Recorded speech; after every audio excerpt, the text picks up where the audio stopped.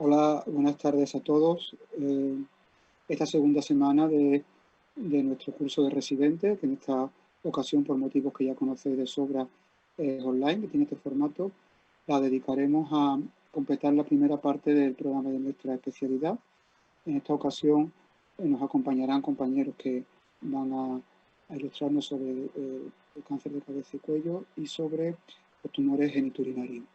Como os dije la semana pasada, en esta ocasión tenemos que hacer un agradecimiento especial a nuestra Secretaría Técnica, a TACTI, por el tiempo que ha dedicado y por la capacidad de diseño y de innovación que ha aportado este tipo de plataforma que hace posible que, aunque hayamos perdido un poco la calidad del encuentro tú a tú que teníamos en Granada, pero podamos disfrutar del conocimiento de nuestros compañeros y, por supuesto, de que vosotros podáis participar a través del chat, como os contarán las moderadoras en las preguntas de nuestro curso. Como digo, esta ocasión el agradecimiento personal doble para Tacti, para Olivia, para Janet y para Yolanda por su implicación en este proyecto. Por supuesto, gracias a nuestro ponente y a sus moderadoras y, sin duda, a las coordinadoras científicas del curso que han hecho posible que tenga este éxito. La primera jornada fue bastante exitosa. Os pido vuestra colaboración en el sentido de que seáis participativos y que preguntéis y que disfrutéis de esta tarde con nosotros. Como he dicho, en esta primera parte, en este primer año, completamos la parte 1 del programa. Esperemos que la segunda parte del año que viene pues podamos vernos en persona en Granada. Sin más, os deseo que tengáis una buena tarde y que, como he dicho, participéis en nuestro curso y que aprendáis mucho. Un saludo.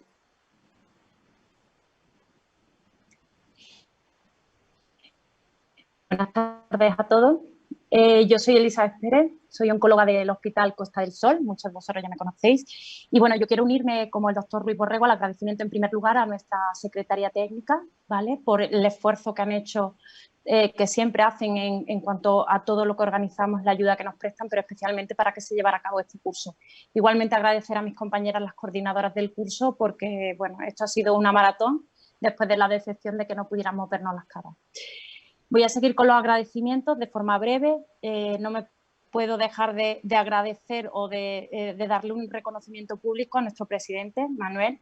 Ha sido un orgullo trabajar contigo. Creo que la Sociedad Andaluza de Oncología Médica es una sociedad más conocida y mejor gracias a ti. Te quedan todavía algunos meses de presidente, pero quería aprovechar la oportunidad de que tanto a nivel profesional como personal, para mí ha sido un placer conocerte y creo que el grupo está conmigo. También me gustaría agradecer, y creo que en estos tiempos es importante, a la industria. Espero que no se lleve a cabo lo que nuestros políticos quieren hacer, pero si hoy en día los oncólogos somos un poquito mejor oncólogos es gracias a la formación que recibimos por el apoyo que tenemos con la industria farmacéutica, que es responsable de que podamos estar, aunque sea de forma diferente, hoy conectados todos para ver este repaso de una de las patologías menos frecuentes, pero que es muy importante en nuestro día a día. Y para pasar ya al grueso, sí que me gustaría pedir disculpas oficiales. La doctora Ana Gil Torralba y el doctor Julio César Nieto Ramírez eran dos compañeros residentes que estaban llamados al curso a inicial, el que íbamos a hacer de forma presencial, y que dado que tuvimos que adaptar el formato, como ya sabéis por las circunstancias que tenemos actualmente, pues no pudimos incluirlo en el programa. Han hecho un gran trabajo y desde SAON ya se les pidió una disculpa, pero a mí me gustaría también que hacerlo aquí oficial para todos los asistentes, que supierais que estos dos compañeros también están implicados en el curso y que han trabajado mucho en él. Bueno, voy a pasar a explicar un poco la dinámica de la sesión, que es similar a la anterior. Como sabéis, vamos a empezar con la charla de 4 o 5 de la tarde, la mesa de tumores de cabeza y cuello. La voy a moderar yo y os voy a presentar a dos personas. La primera de ellas va a hacer una revisión general de las novedades que hay actualmente en los tumores de cabeza y cuello. Ahora explicaré por qué. Después de esta presentación haré un turno de preguntas y la segunda persona va a presentar un caso clínico que dé importancia a lo que hemos hablado anteriormente, y luego también habrá otro turno de preguntas. Recordaros, en la aplicación PostDIP, en el cuadrante superior derecho, Arriba hay un iconito que es hacer preguntas. Por favor, mandad vuestras preguntas, son anónimas. Yo si dais el nombre lo diré y si no, pues las haré a los ponentes porque creo que la mesa merece la pena. Y ya de verdad, para concluir y dar paso al primer ponente, no quería dejar de aprovechar la oportunidad de que hoy es el Día Mundial de los Tumores de Cabeza y Cuello. El curso lo hemos planteado sin acordarnos de este aspecto, pero bueno, es importante. Un día para celebrar, o más que para celebrar, para tener en cuenta que los tumores de cabeza y cuello son tumores menos frecuentes si los comparamos con el cáncer de mama, pero que en España la incidencia acumulada estimada para este año son más de 11.000 casos y de ellos 3.000 personas van a morir por esta enfermedad. Una enfermedad que la produce fundamentalmente el tabaco y o el alcohol y que son factores etiopatogénicos que, como todos sabemos, son prevenibles o modificables. Esto es muy importante. Tenemos que hacer muchas campañas de prevención primaria y de campañas de prevención secundaria para intentar reducir la incidencia de esta enfermedad.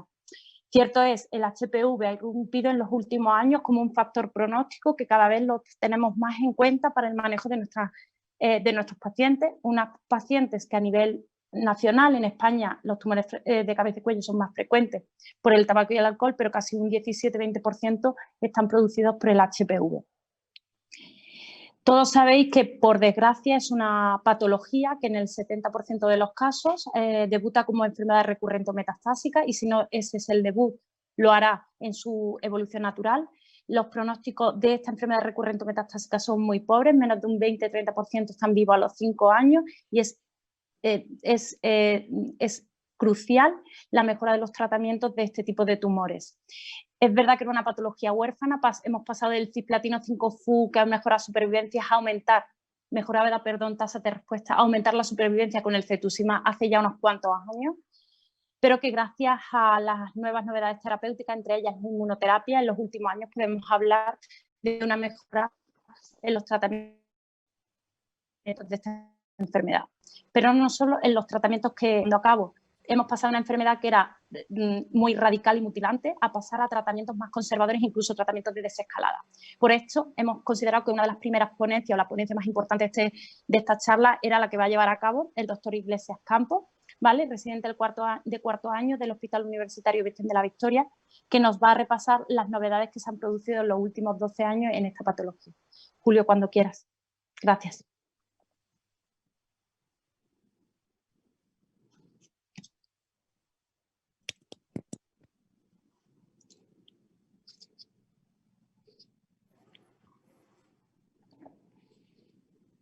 Bueno, buenas tardes. Yo soy Marcos Iglesias, como dice la doctora Pérez, residente de cuarto año del Hospital Virgen de la Victoria de Málaga. Y bueno, voy a enfocarme un poco en el repaso de las novedades en el tumor de cabeza y cuello, sobre todo en las novedades de este último año, de ASCO de 2020, por intentar un poco resumir las cosas más importantes que va habiendo. Y dado que es una presentación que podría ser muy larga, entonces voy a dedicarme más a las novedades. Entiendo que para este curso de residente hay residentes más pequeños a los que se les puede quedar un poco largo, pero bueno, cualquier duda que tengáis, pues aquí estaremos tanto los ponentes como la doctora Pérez para intentar resolverlo. Bueno, pues he intentado dividir la presentación en 3 partes, hablando un poco del tema de los biomarcadores, y después una parte para enfermedad localizada y otra para enfermedad diseminada. Y bueno, entrando en detalle, os presento este primer ensayo que se ha presentado en ASCO de este año, y lo que intenta es arrojar un poco de luz en cuanto al TMB, a la carga mutacional del tumor, como predictor de respuesta a inmunoterapia, ¿vale? Entonces, en este ensayo en concreto era para pacientes en progresión a platino tras primera línea, que lo que intentaba demostrar era que pacientes con mayor TMB basal pues obtenían mejores resultados con la inmunoterapia. Se randomizó en 3 brazos a recibir durvalumab más tremelimumab, un anti-PD1 y anti-CTLA4, otro brazo con durvalumab en monoterapia y otro brazo con quimioterapia a elección del investigador en segunda línea, con supervivencia global, como he dicho, como endpoint primario, y endpoint secundarios, pues PFS, duración de la respuesta o calidad de vida. Entonces, esto en otros tumores ya está más demostrado, el uso del TMB como predictor de respuesta, sobre todo en carcinoma no microcítico de pulmón, pero en el cáncer de cabeza y cuello esto todavía no se había demostrado. Y aquí os pongo los resultados de forma resumida, las gráficas de supervivencia global y las gráficas de PFS, de supervivencia de libre progresión, en los casos en los que el TMB era superior o igual a 16, como ya se había demostrado en otros ensayos clínicos. Y aquí veis, aunque el porcentaje de pacientes en los que se pudo determinar el TMB basal fue del 34%, por lo tanto la N baja mucho y había pocos pacientes, pero el resultado es a favor de la inmunoterapia, tanto en combinación como en monoterapia con durvalumab, cuando el TMB era por encima o igual, por mayor o igual a 16, con una hazard ratio bastante potente. Y este es el primer ensayo que nos demuestra que determinando el TMB, la carga mutacional del tumor basal, antes de recibir el tratamiento, nos puede permitir predecir una mejor respuesta y una mejor supervivencia en este caso, ¿no? Que eso es lo importante de este ensayo.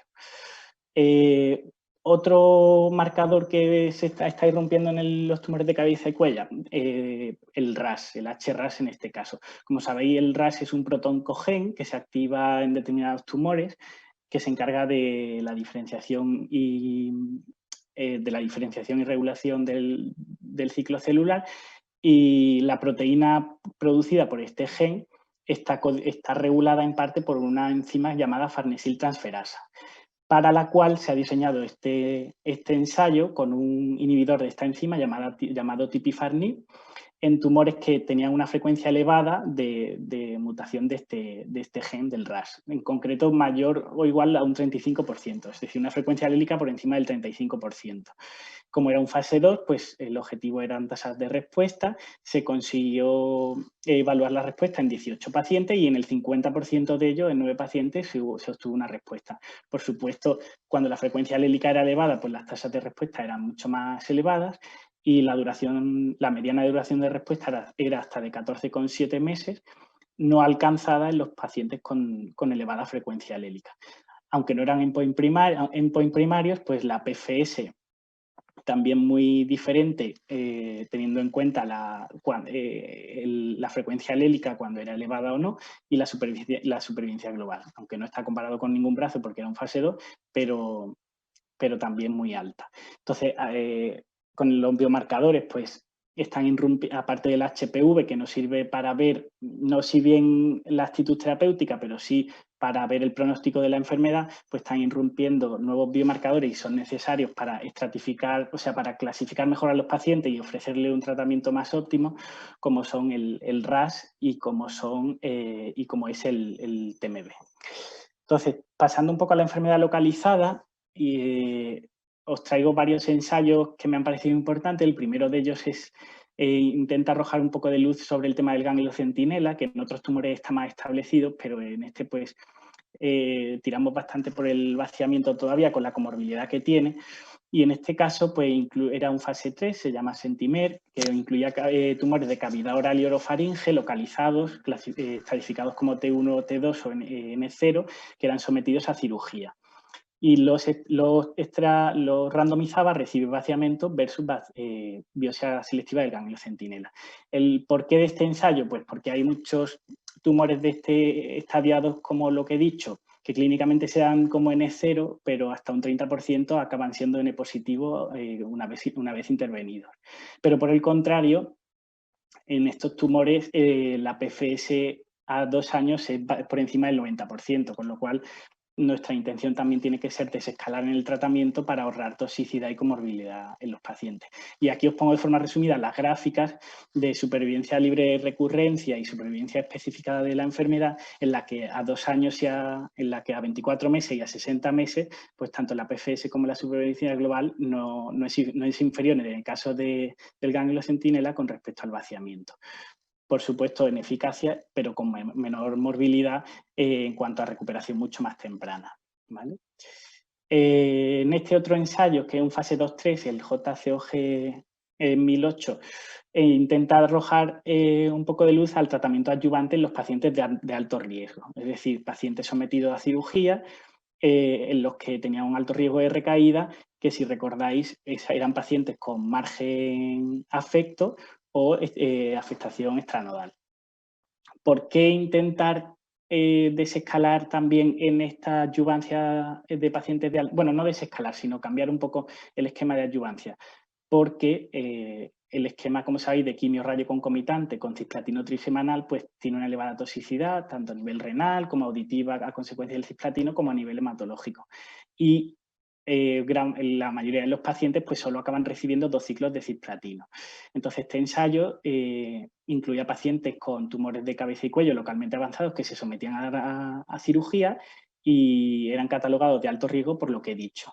Y los randomizaba a recibir quimio radio concomitante a dosis de 66 grays más 100 miligramos de metro cuadrado de cisplatino cada 3 semanas versus la rama experimental igual, pero a dosis de 40 miligramos metro cuadrado de cisplatino semanal, ¿vale? Entonces, si veis, los 100 miligramos cada 3 semanas, si lo repartís por semana, son 33 miligramos y en la rama experimental son 40 semanales, con lo cual mantenemos la intensidad de dosis y entendiendo que administrándolo de forma semanal, pues también aumentamos la radiosensibilización del tratamiento.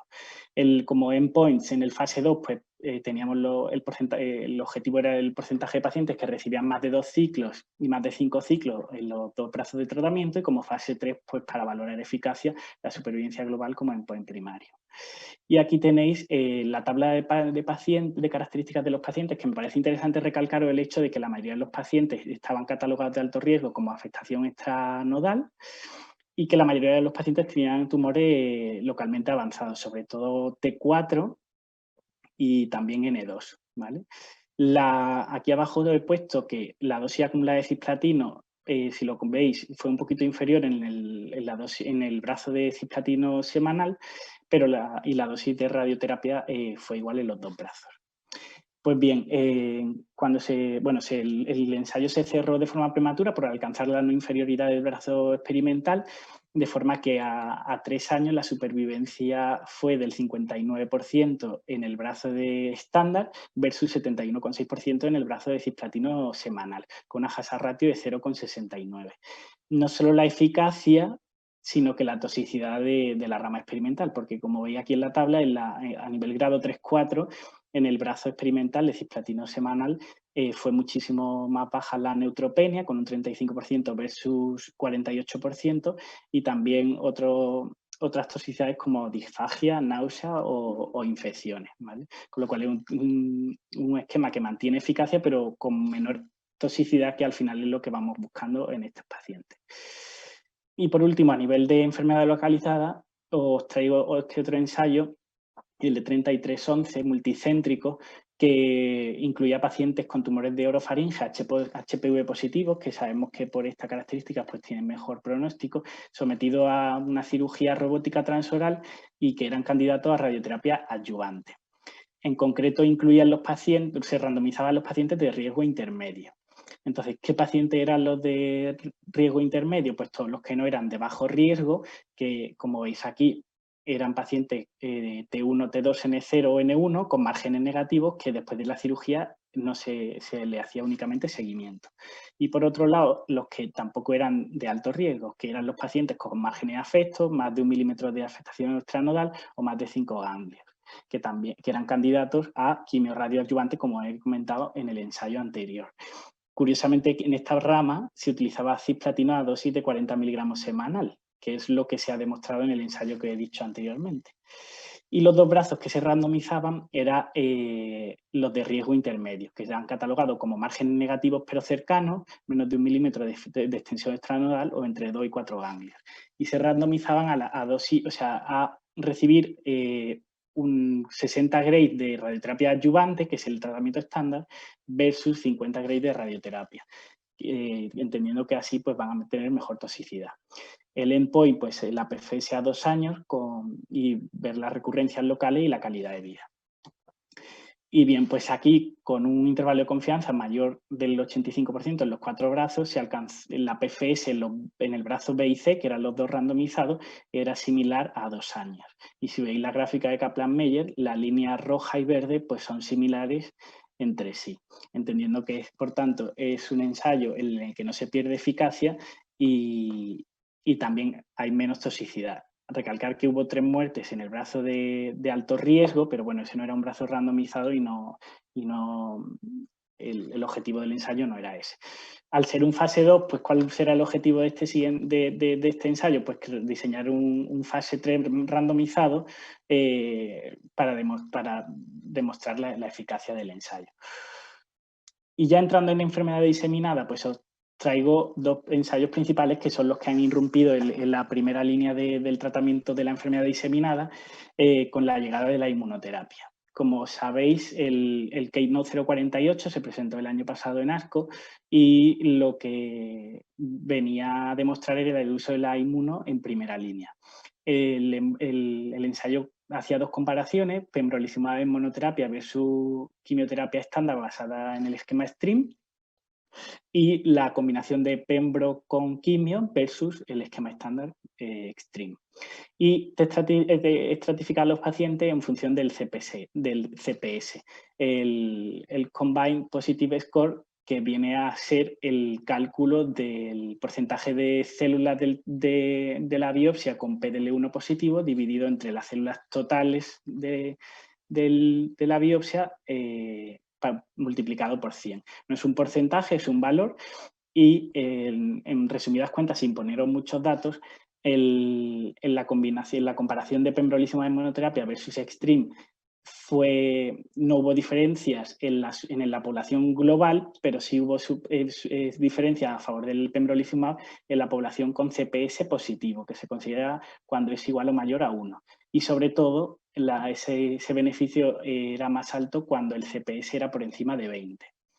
En cuanto a la comparación de pembro y quimio versus quimio esquema STREAM, la supervivencia sí fue mayor en la población global del estudio, con un perfil de toxicidad similar, ¿vale? Se me ha olvidado deciros que el perfil de toxicidad fue mejor en el pembrolizumab en la comparación que os he dicho anteriormente. Y entonces aquí, bueno, muestro de forma resumida las curvas de supervivencia. En las 2 de la izquierda tenéis la supervivencia global y en las 2 de la derecha la PFS. En las 2 de arriba la enfermedad recurrente y en las 2 de abajo la enfermedad metastásica. Simplemente recalcar que si veis estas 2 gráficas, la línea amarilla, que es el brazo de la combinación de pembro con quimio, se separa un poco de la turquesa si comparamos esta gráfica con la de la enfermedad recurrente. Entiendo que porque la carga mutacional, la carga del tumor en la enfermedad recurrente es menor y obtener beneficio en esa fase de la enfermedad es más complicado que si lo comparamos con la enfermedad metastásica. Y bueno, ¿qué novedades nos trae ASCO sobre este ensayo? Pues la PFS desde la segunda randomización, es decir, a la progresión tras la primera línea, que esto es lo importante. Si veis en la gráfica de abajo, los 3 brazos del ensayo, en el primer brazo de pembro en monoterapia llegó a recibir la segunda línea casi un 50% de los pacientes y la mayoría de ellos recibió quimioterapia. En cuanto al segundo brazo de pembro más quimio, llegó a recibir tratamiento en segunda línea un 40% de los pacientes y también la mayoría se trató con quimioterapia. Pero lo que me parece curioso es que en el brazo de extreme, del brazo estándar, hasta un 53% recibió una segunda línea, pero solo el 16% recibió inmunoterapia, cuando no la habían recibido previamente. Entiendo que por algún deterioro clínico del paciente, que no tuviesen un ECOG lo suficientemente bueno, siendo bueno 0,1 para recibir inmunoterapia. Y en la gráfica de arriba, aunque hay muchos datos, os quiero recalcar, bueno, la tabla lo que viene a poner son los resultados de la PFS desde la segunda randomización, estratificando a los pacientes por el CPS, como os he dicho, en la mitad superior de la tabla con la comparación de pembro versus extreme y en la segunda y en la mitad inferior de la combinación de pembro con quimio versus extreme. Y si veis los datos de PFS, las diferencias en la fila de color recalcado en azul, las diferencias son mayores que si lo comparamos con las filas en verde en el que el CPS es mayor o igual a 1 o en naranja en el que incluye la población total. Es decir, las diferencias van disminuyendo conforme el CPS va bajando o mejor dicho, va aumentando conforme va subiendo el CPS. aquí tengo que decir que en el ensayo se incluía había un 85% de pacientes con CPS por encima de 1, es decir, positivo, y se entiende que el 15% tenían CPS negativo. Y por eso, en la población global de los pacientes, el beneficio de la inmunoterapia en la población global era menor, porque incluía a esos pacientes con CPS de 0. Por tanto, ¿qué tenemos en primera línea actualmente en base a los resultados de este ensayo? Pues nos plantea un algoritmo de tratamiento en el que yo creo que tendremos que tener en cuenta diferentes factores a la hora de decidir el esquema de tratamiento y que en resumidas cuentas pues viene a ser si venimos de una enfermedad recurrente a menos de 6 meses del fin del tratamiento o partimos de una enfermedad diseminada, por supuesto el valor del CPS, el ECOG del paciente y si nos encontramos ante una enfermedad rápidamente progresiva. De forma que, siendo esquemático, pues si nos encontramos ante una enfermedad diseminada en primera línea con un CPS positivo de mayor o igual a 1, con un buen ECOG y que la enfermedad nos permite, no hay una enfermedad rápidamente progresiva, pues podemos utilizar inmunoterapia. ¿Cuándo en monoterapia o cuándo en combinación con quimio? Pues con un CPS por encima de 20, pues entendemos que el beneficio es superior al pembrolizumab en monoterapia y nos decantaremos por esa opción. Cuando el CPS se encuentra entre 1 y 20, pues nos decantaremos por la combinación. Con un ECOG malo del paciente, entendiendo a partir de 2, con un CPS de 0, pues con los resultados del estudio se puede concluir que la inmunoterapia no debe ser utilizada en estos pacientes y que la quimioterapia con el esquema estándar extreme debe ser la elección. ¿Qué pasa? Que después de resultados todo este algoritmo, pues llega este ensayo que nos viene un poco a destrozar el algoritmo de tratamiento en primera línea.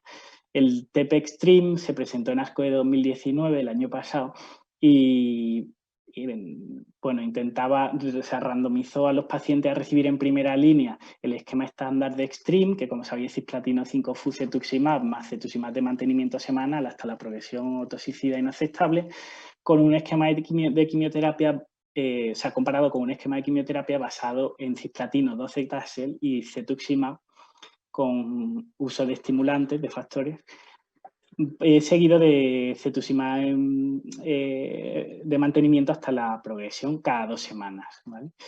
Pues bien, no solo en términos de eficacia las dos ramas fueron similares, tanto en PFS como en mediana de supervivencia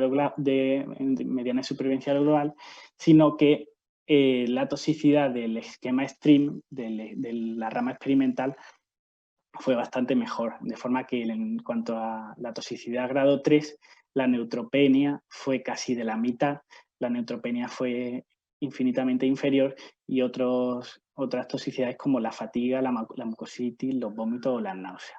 De forma que un esquema de quimioterapia más corto, porque son 4 ciclos en vez de 6, que es el Extreme, con igual eficacia al menos y menor toxicidad.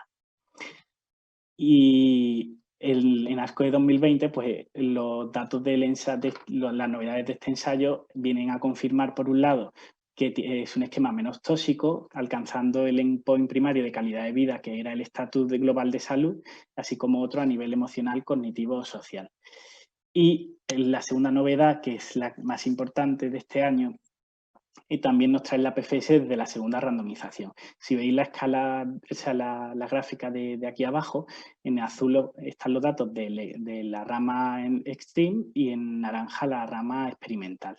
En esta primera columna veis los pacientes tratados con quimio tras Extreme, en esta otra los pacientes tratados con inmuno tras Extreme, en esta otra los pacientes tratados con quimio tras TPEX, y en esta última, los pacientes tratados con inmuno tras TPEX. Y veis en la mediana de supervivencia global cómo los mejores resultados se obtienen en los pacientes que reciben inmunoterapia tras a la progresión del esquema experimental TPEX, ¿vale? Por tanto, concluimos que los pacientes que reciben TPEX en primera línea y después reciben inmunoterapia a la progresión son los que obtienen mejor beneficio. ¿Por qué? Pues no lo sabemos todavía, pero está claro que con estos datos pues habrá que tenerlo en cuenta. Y eso es un poco lo que os venía a comentar de las novedades. Como conclusiones, pues a nivel de biomarcadores, que aparte del HPV que ya lo tenemos, pues parece que el RAS y el TMB van a ayudarnos a clasificar mejor a los pacientes. En cuanto a enfermedad localizada, el ganglio centinela se ha demostrado como que no es inferior y con una menor toxicidad con respecto al vaciamiento tras tumores de orofaringe localizados, sometidos a cirugía, que en la adyuvancia con quimio-radio concomitante tras cirugía en pacientes con alto riesgo, el esquema de cisplatino semanal no es inferior al esquema de cisplatino 3 semanal con un perfil de toxicidad aceptable, y que en pacientes con tumores de cavidad oral sometidos a cirugía con riesgo intermedio, la radioterapia ayudante a dosis de 50 Grays no es inferior a la radioterapia estándar con 60 Grays. Y por último, en cuanto a enfermedad diseminada, pues la inmunoterapia ha llegado para quedarse en primera línea, que a partir de, bueno, cuando esto se apruebe, pues tendremos que clasificar a los pacientes según el CPS, que cuando es positivo mayor o igual a 1, la inmunoterapia se podrá utilizar, solo en combinación en función de lo explicado anteriormente, pero que en los pacientes con CPS de 0 la quimioterapia debe ser el tratamiento estándar. ¿Qué esquema? ¿El STRIM o el TPEX? Pues todavía no están comparados entre sí, pero el TPEX es una opción, puesto que es menos tóxico. ¿Qué tendremos que comparar próximamente? Pues un esquema de primera línea con inmunoterapia en comparación al esquema de quimioterapia con TPEX en vez del STRIM, para que nos aclare un poco qué hacer en primera línea. Y eso es todo. Muchas gracias. Muchas gracias, Marcos, y disculpa que te he cambiado el nombre al principio de la presentación. Te he puesto Julio. No me he enterado. A ver, te agradecía tu presentación, Marcos, y bueno, que había sentido, pues bueno, como bien dices, si no te has enterado, pues mejor, que te había cambiado el nombre. Estoy mirando un poco a ver que nadie se anima a hacer preguntas. Te has pasado un poquito del tiempo, Marcos, así que solo tenemos 3 minutitos antes de pasar a la doctora Rodríguez Pérez. Así que, bueno, yo miro, como no hay, yo voy a empezar con una pregunta un poco, a veces puede ser de perogrullo, pero o sea, el tema de los biomarcadores y sobre todo con la inmunoterapia, a algunos que nos dedicamos a eso en investigación nos gusta mucho, y sobre todo porque además ese tema, cuando te lo planteé de revisarlo de ASCO, era muy interesante porque Ricard Messiano, de nuestros compañeros, fue el que presentó los datos y estuvo muy implicado. El Eagle, sabéis que es un estudio en segunda línea donde ha salido negativo, tanto Durva-Treme versus Durva. Es decir, un estudio negativo, pero sí que es capaz de seleccionar a esos pacientes con el tema del TMB en biopsia líquida. Eso es súper complejo. La pregunta, Marcos, ¿estamos preparados para hacer TMB en biopsia líquida? Bueno, es que eso también dependerá del centro, de la disponibilidad del centro. En el ensayo se determinó el TMB basal por Wardan.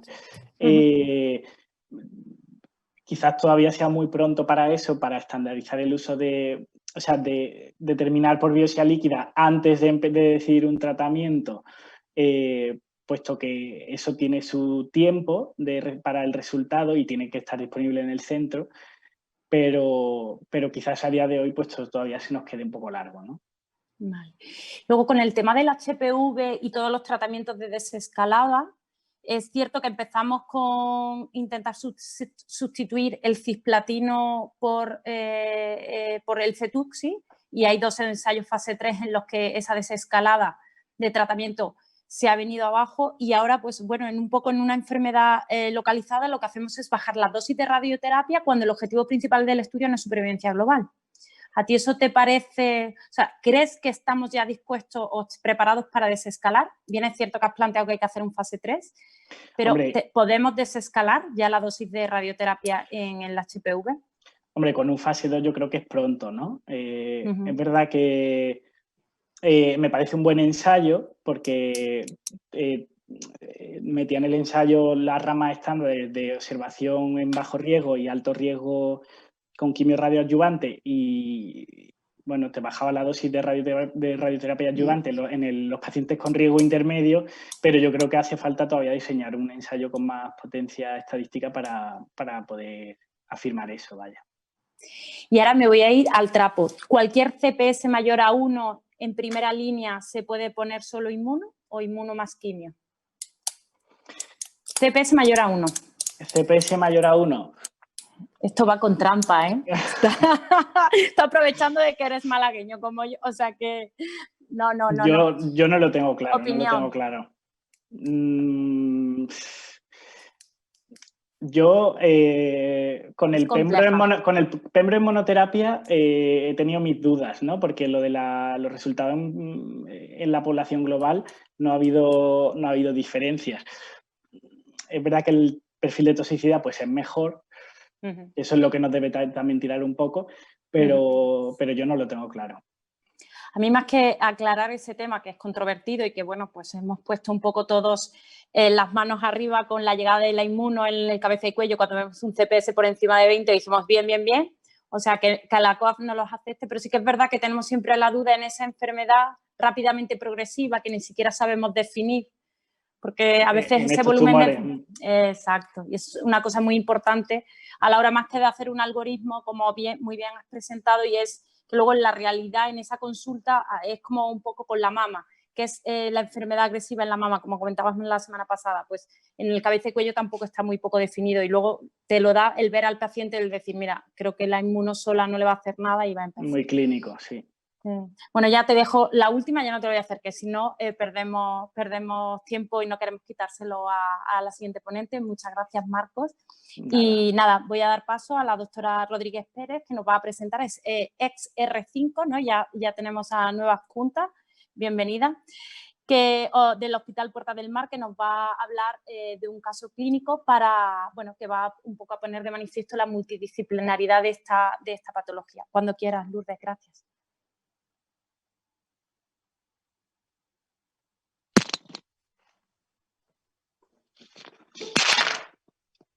Hola, bueno, mi nombre es Lourdes Rodríguez y yo voy a hablar sobre un caso clínico de un paciente con un cáncer de cabeza y cuello y nada, agradecer a la organización y a SAON por haberme invitado a que es mi último curso como residente, ¿vale?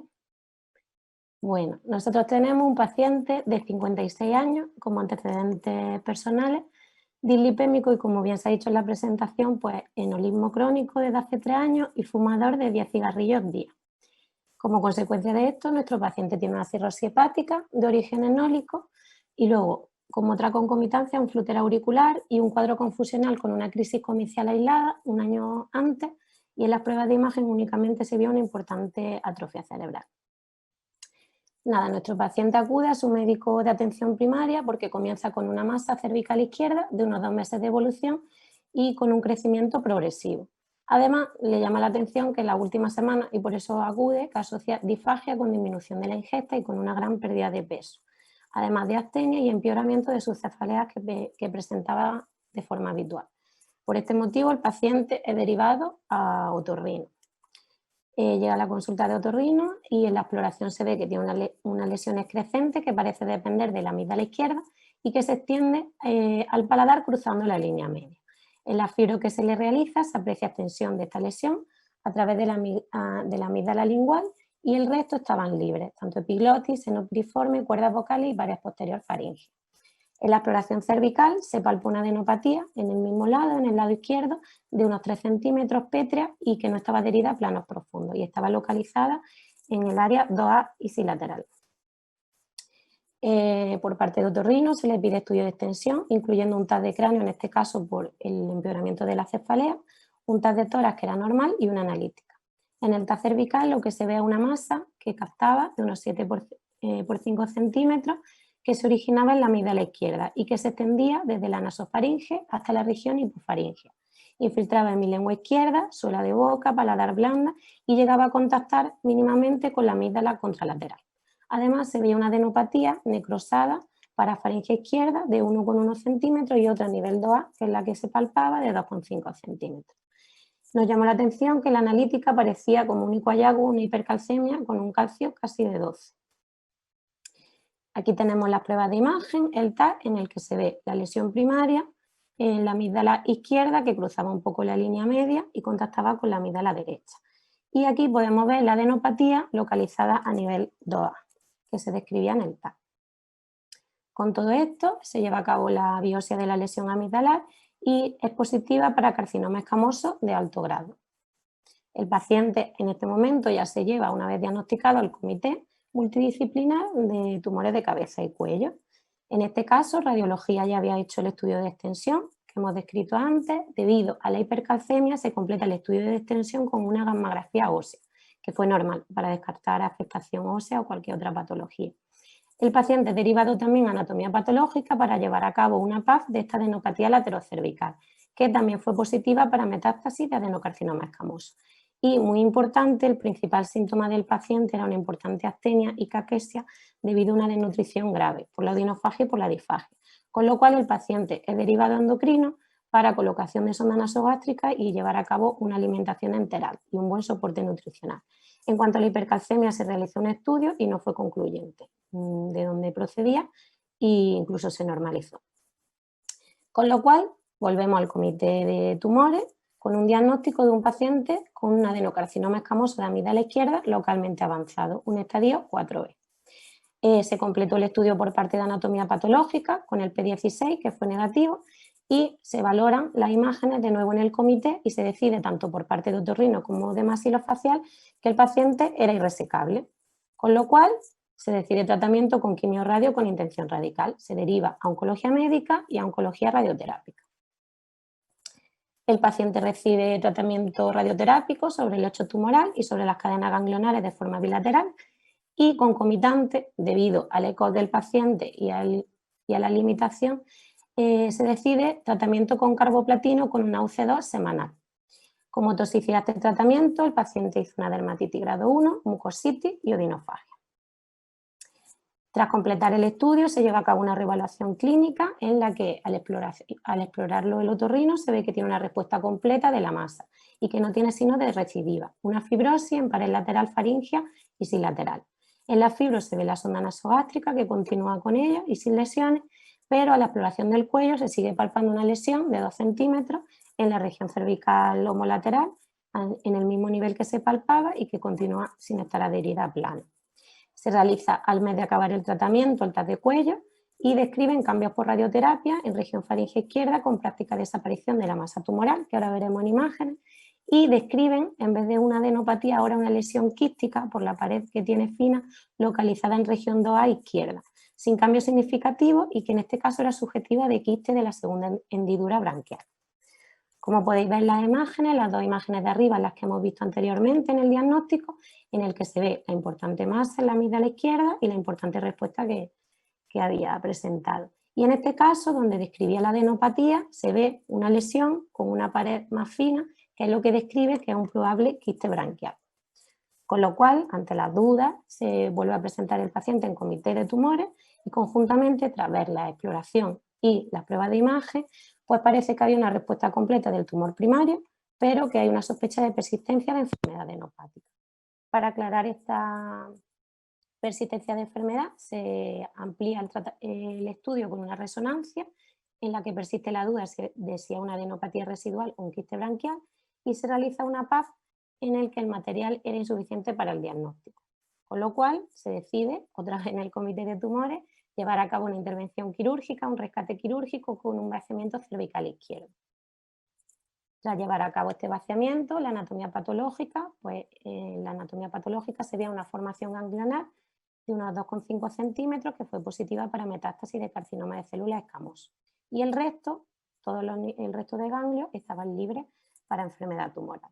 Con lo cual, como ya había recibido tratamiento con quimiorradio, se decide seguimiento tanto por parte de oncología como de radioterapia y de otorrino. La primera revisión, todo normal, tanto la exploración por parte de otorrino como por parte de oncología y las pruebas de imagen. La segunda revisión, el paciente no acudió, fue en la época de la pandemia, y el paciente acude a revisión posteriormente, ya con molestias otra vez y odinofagia. Y en la exploración se ve que tiene una masa excrescente de pared lateral de amígdala derecha, en este caso contralateral. Y además la pared de la amígdala izquierda tenía un tejido granulomatoso friable. Se biopsian ambas lesiones y en la exploración del cuello no se ve que tengan adenopatía. Se completa el estudio, se piden las pruebas de seguimiento y en el TAC de cuello y tórax ya describen que en amígdala derecha había una captación de contraste de 1,7 por 0,6 centímetros y que el resto parecía todo cambios por radioterapia y posquirúrgicos. Tras la biopsia de las dos amígdalas, pues lo que tenemos es una recidiva contralateral. En la amígdala derecha fue positiva para carcinoma de células escamosas infiltrantes y la amígdala izquierda no tenía hallazgos patológicos. Con lo cual, volvemos a presentar al paciente en el comité de tumores. De nuevo, se revisan las imágenes y se considera irresecable, en este caso no por el tamaño, sino por la localización tumoral, y se plantea si es posible de nuevo quimio-radio radical, sobre todo por la dosis de radioterapia que había recibido previamente. Finalmente, tras valorar el caso por radioterapia, se considera que se puede llevar a cabo la radiación con un tratamiento sistémico quimioterápico concomitante. En este caso, el paciente vuelve a recibir radioterapia, se vio que no había dosis que podían comprometer los órganos vecinos y recibió una dosis de 64,4 Gray. Debido a que el paciente ya no estaba desnutrido y la mejoría de los síntomas y del estado nutricional tras el tratamiento previo, en este caso el paciente fue candidato a cisplatino semanal con 40 miligramos metros cuadrados. Como toxicidad a este nuevo tratamiento, pues tuvo astenia, náusea grado 1 y dermatitis. Y estamos pendientes, el paciente finalizó el tratamiento hace unas 2 semanas del nuevo TAC de reevaluación y de la nueva exploración. En la exploración física no se ve nada, pero estamos pendientes de las pruebas de imagen. Y un poco a modo de discusión, y por el tema que me ha tocado hablar, pues que es muy importante en los pacientes con tumores de cabeza y cuello, una vez que se diagnostiquen, llevar a cabo y presentarlo en un equipo multidisciplinar en el que tomemos la decisión de la mejor estrategia terapéutica que podamos aportarle al paciente. Además, es muy importante que no nos olvidemos del soporte nutricional, ya que un paciente bien nutrido va a tener mucho menos complicaciones que pueden ser muy graves en nuestro tipo de pacientes. Y nada, un poco lo que ya ha descrito mi compañero en la presentación previa, que en los estadios 1 y 2, el tratamiento estándar pues, es cirugía o radioterapia, y en el estadio 4 de cáncer metastásico, pues el tratamiento sería sistémico, quimioterapia o inmunoterapia según los nuevos estudios. Donde nos quedamos con más dudas es en el tratamiento localmente avanzado, que en nuestro caso, que sería el estadio 3 y 4, que según sea resecable o irresecable, podemos valorar como primera opción la cirugía, o en el caso también de que sea resecable, podemos valorar quimioterapia de inducción para no llevar a cabo esta cirugía y conservar el órgano. Un poco en los pacientes que no llevemos a cabo tratamientos quirúrgicos, porque querramos preservar el órgano, se suelen realizar para evitar la laringestomía y así conservar la fonación y la capacidad respiratoria del paciente. En el estadio 1 y 2 sería únicamente radioterapia y en el estadio 3 y 4 sería radioterapia más tratamiento sistémico, que se puede llevar a cabo de forma concomitante con quimio-radio, o si el paciente es candidato a una quimioterapia de inducción se puede valorar esta opción. Tenemos que saber que la quimioterapia de inducción, para recibir este tratamiento tenemos que seleccionar muy bien a los pacientes porque suelen ser dobletes o tripletes, que es 2Z cisplatino 5-FU, el estándar, y que tienen una importante toxicidad. Pero se ha visto que pacientes muy bien seleccionados y que sean candidatos a este tratamiento, pues tiene importante mejoría en el riesgo de metastasia a distancia, de recidiva, en la supervivencia global, incluso cuando reciben posteriormente radioterapia en la acción biológica sobre esta. Entonces, un poco a modo de conclusión, es muy importante seleccionar al paciente desde el inicio. Todo esto llevando a cabo un abordaje multidisciplinar. Va a depender también del eco del paciente y de su comorbilidad, y muy importante que no se nos olvide el soporte nutricional. Una vez hecho este abordaje, plantearemos cirugía o preservación de órganos. En el caso de preservación de órganos, lo que hemos dicho que es muy importante, hay que seleccionar muy bien al paciente y a los pacientes que son candidatos a esta quimioterapia de inducción. En el caso de que no sean candidatos a quimioterapia de inducción, el tratamiento sería quimio-radio con intención radical, la radioterapia asociada a cisplatino, a carboplatino o a cetuximab, y en el caso de que tras esto y tras las pruebas de reevaluación persista enfermedad, como aparece en nuestro paciente, pues se puede valorar el rescate quirúrgico. Aquí podemos ver las curvas de supervivencia y de tiempo a la progresión en pacientes que recibían únicamente radioterapia, que es la curva inferior, a los pacientes que recibían radioterapia concomitante con carboplatino o los pacientes que recibían radioterapia junto con cisplatino, viendo pues que el mejor tratamiento, en el caso de que el paciente lo pueda tolerar, sería concomitancia con cisplatino.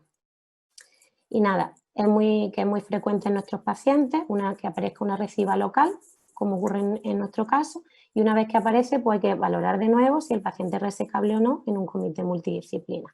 Si el paciente no es resecable, hay que valorar, según la dosis que haya recibido, si el paciente tiene posibilidad de reirradiación. En este caso serían con técnicas de IMRT para intentar limitar las toxicidades.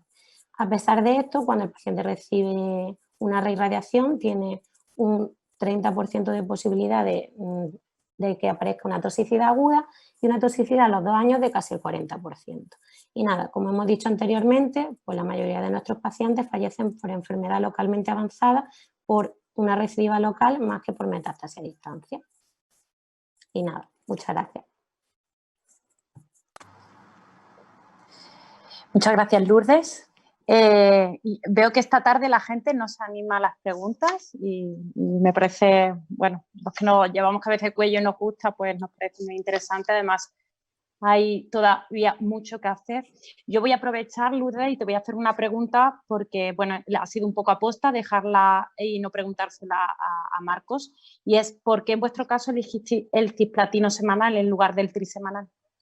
Porque el paciente todavía no estaba totalmente recuperado y no lo veíamos candidato a un cisplatino trisemanal. Además, el paciente tenía una adherencia al tratamiento un poco complicada, como pasa en muchos de nuestros pacientes, y preferíamos mantenerlo para disminuir la toxicidad cada semana y para ver más frecuentemente al paciente.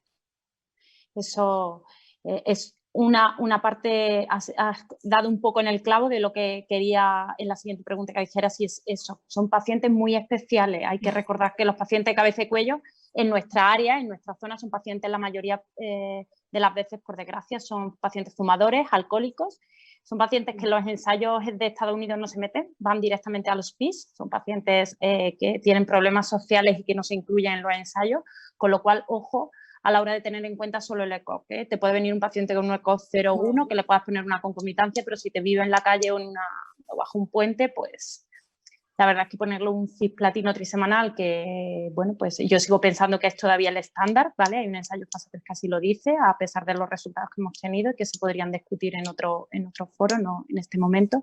Pero como muy bien has dicho, Lourdes, es importante ver el aspecto social que envuelve a este paciente, que en nuestra patología es tan importante. Siguiendo con las preguntas, ya dado que veo que nadie más, voy a aprovechar.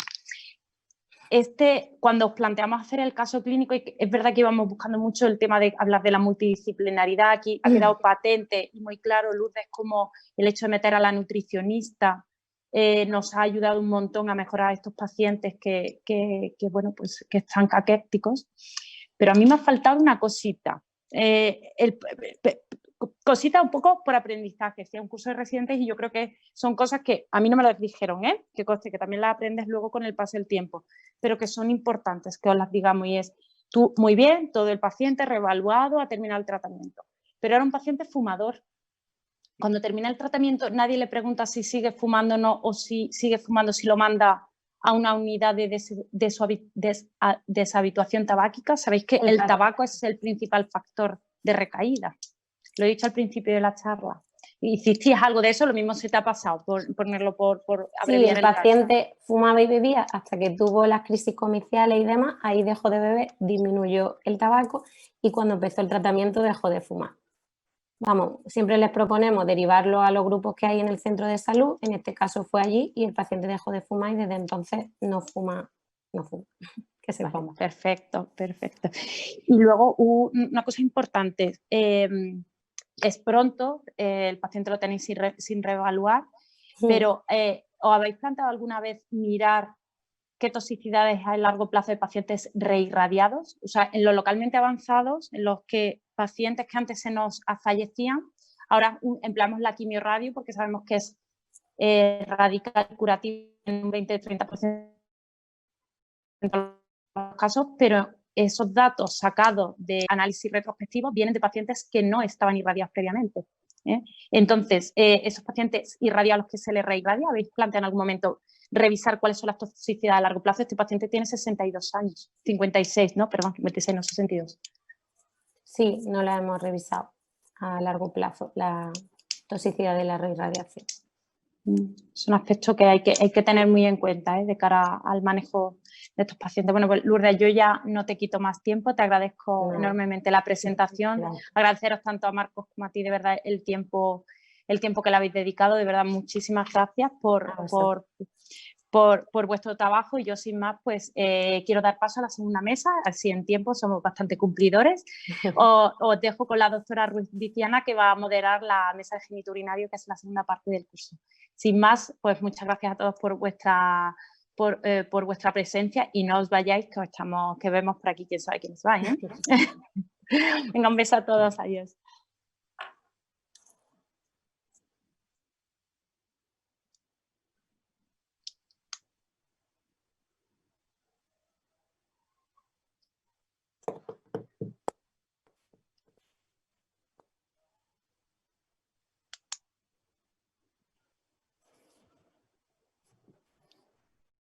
Hola, buenas tardes a todos. Mi nombre es Ruiz Viciana y trabajo en el Hospital de Jerez. Muchos me conocéis y esta tarde me corresponde a mí presentar la mesa de geniturinario. Lo primero que quería es también sumarme a todos los agradecimientos. Muchas gracias a Tati por la organización, muchísimas gracias a los residentes, a todos los asistentes por estar ahí un 27 de julio, ¿quién nos lo iba a decir? Un 27 de julio haciendo un curso de residentes. Por supuesto a los ponentes por su tiempo y su preparación, y también a mis compañeras del comité organizador, que eso hemos trabajado ahí a contrarreloj, cambiando, tal.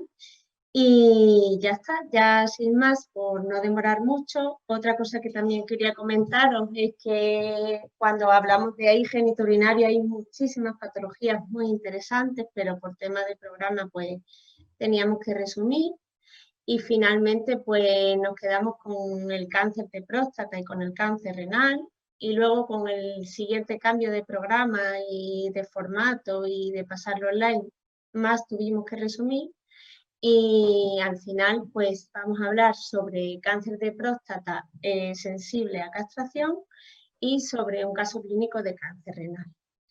Y ya está, sin más, voy a dar paso a la primera charla, que le corresponde a la doctora Ana Roldán Mena, que es residente nuestra en el Hospital de Jerez, y que nos va a hablar pues, sobre cáncer de próstata sensible a castración. Yo creo que ya empezamos y insisto en que por favor hagamos preguntas. Muchas gracias a todos.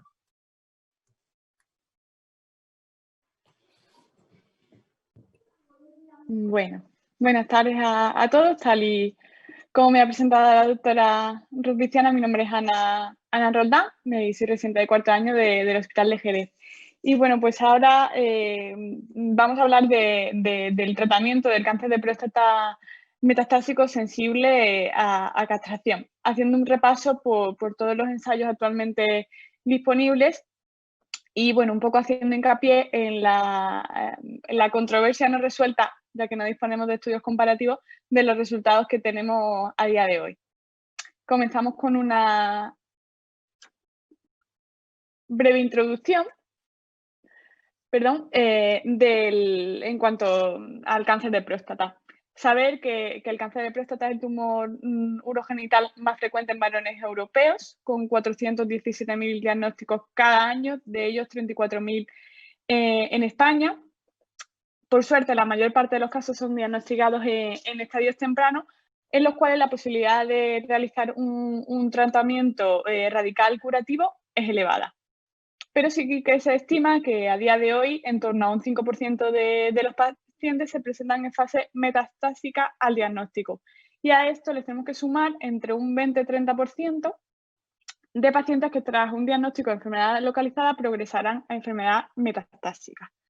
El tratamiento establecido para el cáncer de próstata avanzada está en torno a la anulación del eje andrógeno receptor, es decir, la anulación de la producción de testosterona, bien por castración farmacológica o por castración quirúrgica. La castración tiene una alta eficacia en el control de la enfermedad diseminada, en torno a un 80%. Sin embargo, la duración de ese beneficio es limitada en el tiempo, con una mediana de progresión de 18 o 24 meses. Y a raíz de todas estas cuestiones pues surgen diversas preguntas. Y una de ellas hoy día es en cuanto al tratamiento hormonal precoz definido cuando tenemos una enfermedad localizada tratada con un tratamiento radical y lo seguimos en nuestras consultas y vemos que el PSA comienza a subir. Pues ahí esta cuestión. En el momento en el que el PSA empieza a subir, pues inicia el tratamiento hormonal. Esta indicación no se establece de forma clara en las guías. El panel de expertos de ASCO tampoco aportan una recomendación clara, ya que en los estudios no hay claro beneficio de supervivencia global, como podemos ver en esta gráfica. Y aunque hay una tendencia creciente al tratamiento precoz, siempre lo debemos valorar con el paciente, los pros y contras, porque al final los tratamientos no están exentos de efectos secundarios. Y otra cuestión que hoy día también nos hacemos es si con el objetivo de disminuir los efectos secundarios hacemos una terapia de deprivación androgénica intermitente o, como siempre, seguir de forma continua. ¿Esto en qué consiste? Pues la mayoría utilizan terapia de deprivación de andrógenos hasta llegar a un nadir de PSA y se interrumpe el tratamiento, restaurándose cuando se alcanza un nivel predefinido y arbitrario de PSA que puede oscilar entre 10 y 20 gramos por mililitro. Como ya hemos dicho, sí que en los estudios se ha comunicado una disminución de los efectos adversos en los estudios clínicos y actualmente disponemos principalmente de 2 estudios cuyos resultados son estudios fase 3, pero los resultados son dispares. Sí, es decir, que la población también es dispar. En este estudio, la población eran pacientes tratados con un tratamiento local, con radioterapia y con una progresión bioquímica, es decir, aumento de PSA. En estos pacientes no se ve disminución de supervivencia global al realizar un tratamiento con terapia de depuración de andrógenos intermitente versus continua. Sin embargo, este segundo estudio, realizado en una población diferente, pacientes con un debut metastásico de la enfermedad, sí se ve que estos pacientes viven menos. En concreto, 6 meses menos de supervivencia global utilizando tratamiento intermitente versus continuo. Con lo cual podemos concluir que no a todos los pacientes se lo podremos ofrecer y, por supuesto, a los pacientes con un debut metastásico de su enfermedad no son la población para esta opción. Y bueno, ¿cómo ha cambiado el manejo en los últimos años? Pues ha cambiado bastante. Según el desarrollo de resistencia al tratamiento de deprivación androgénica, se han ido desarrollando diferentes terapias dirigidas al receptor de andrógeno. El primer fármaco fue abiraterona acetato y posteriormente se han ido sumando enzalutamida, palutamida, darolutamida, pendientes de precio. Y en primer lugar encontré esta progresión a docetaxel. Rápidamente se han ido posicionando en los diferentes escenarios. Primera línea de enfermedad metastásica resistente a castración, enfermedad no metastásica resistente a castración y finalmente en la que nos compete hoy es la enfermedad metastásica hormonosensible. En cáncer de próstata sensible a la castración, varios ensayos, que los vamos a ir ahora repasando, han demostrado el beneficio de intensificar el tratamiento adelantando los mismos fármacos que son eficaces en la fase refractaria a la castración. Y aquí tenemos los diferentes ensayos y vamos a ir uno a uno con los diferentes fármacos. Un poco de dónde venimos. En 2004 aparece docetaxel como el primer fármaco que disminuye el riesgo de muerte en un 24%, aumentando la supervivencia global en pacientes resistentes a la castración. Posteriormente, vemos como esto, unos 10 años después, en 2014, en el Charter empezamos los resultados son mucho mejores. Y tenemos que, usando el Charter, es un estudio que compara terapia de deprivación de andrógenos más docetaxel frente a terapia de deprivación de andrógenos en monoterapia, en pacientes sensibles a castración, obteniendo beneficio a favor de la rama docetaxel con 13 meses de aumento de supervivencia global. En el Charter se acuña el término alto volumen. Aquí aparece, ¿no? porque sobre todo los pacientes que se beneficiaban de este tratamiento eran los pacientes de alto volumen, definido como más de 4 lesiones óseas, una de ellas tenía que estar en el esqueleto axial o enfermedad visceral, pulmón e hígado, no estaciones ganglionares.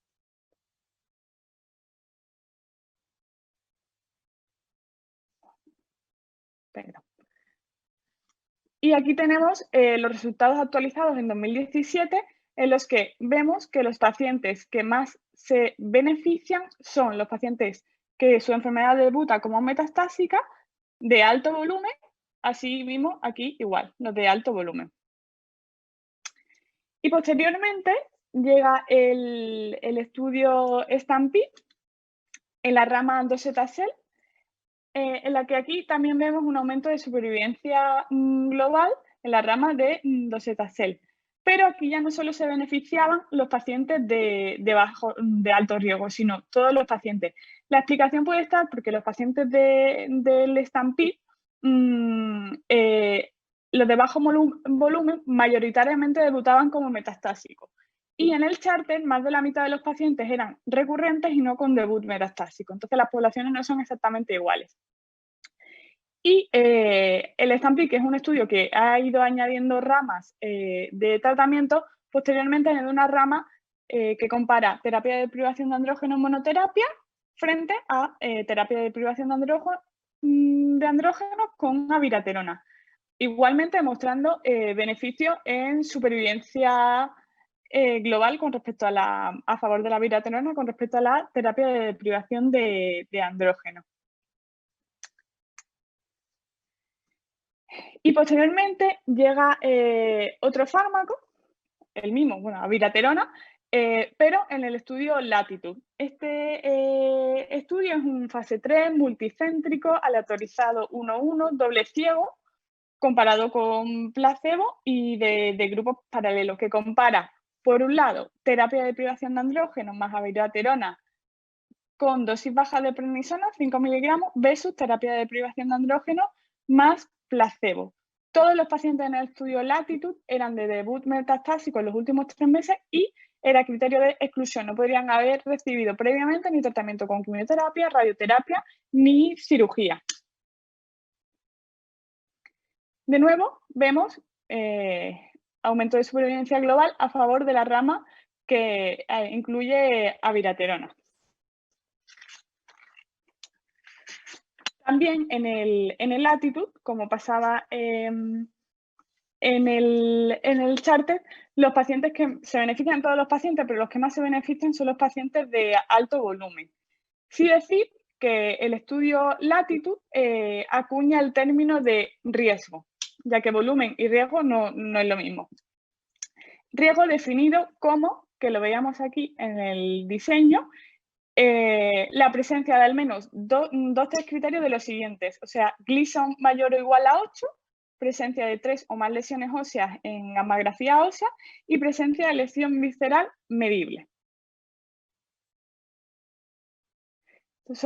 Aquí son gráficas bueno, tablas que comparan los pacientes del Charter y del Latitude. Y en cuanto a esta diapositiva, un poco de trampa con el título, en el STAMPEDE, comparación directa de terapia de privación de andrógeno más Docetaxel versus terapia de privación de andrógeno más abiraterona. Como sabemos, no hay ningún estudio que esté diseñado directamente para hacer una comparación directa frente a estos dos fármacos. Pero sí que la única comparación que tenemos hasta el momento de abiraterona más terapia de privación de andrógeno versus Docetaxel más terapia de privación de andrógeno es la de los pacientes incluidos en el estudio STAMPEDE, en las ramas Docetaxel y abiraterona. Se trata de un estudio que ha ido añadiendo ramas de tratamiento al protocolo a lo largo del tiempo, pero sin especificar una comparación de Docetaxel frente a abiraterona. De hecho, la rama de abiraterona, como hemos visto antes, fue añadida posteriormente. Y en un análisis post-hoc de Docetaxel versus abiraterona, no se observaron diferencias estadísticamente significativas en cuanto a supervivencia global en una rama y otra. Sin embargo, sí se observaron, como vemos aquí en la gráfica de la derecha, diferencias en supervivencia libre de progresión entre una aroma y otra. Tenemos que tener en cuenta que, a diferencia de la indicación actualmente aprobada por abiraterona, con el estudio Latitude, en el STAMPEDE no incluía selectivamente pacientes de alto riesgo. Además, es obvio decir que la abiraterona baja de forma más precoz el PSA que el docetaxel. Y en cuanto a efectos secundarios, bueno, pues bien diferenciar, ¿no? Docetaxel, tenemos los efectos más propios de la quimioterapia, como bien puede ser pues, la mielosupresión, la fatiga, el cansancio, la diarrea, la alopecia, la distrofia ungueal, versus, ¿no? el efecto secundario con abiraterona, que tiene un perfil diferente, centrado en efectos secundarios a nivel cardiovasculares, hepáticos y musculoesqueléticos.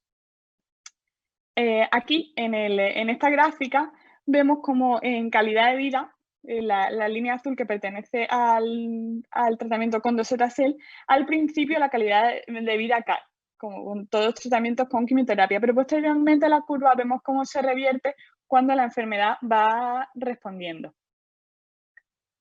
Y en cuanto a la discontinuación del tratamiento por efectos adversos, el porcentaje de discontinuación es muy similar en ambos estudios, con docetaxel y con abiraterona.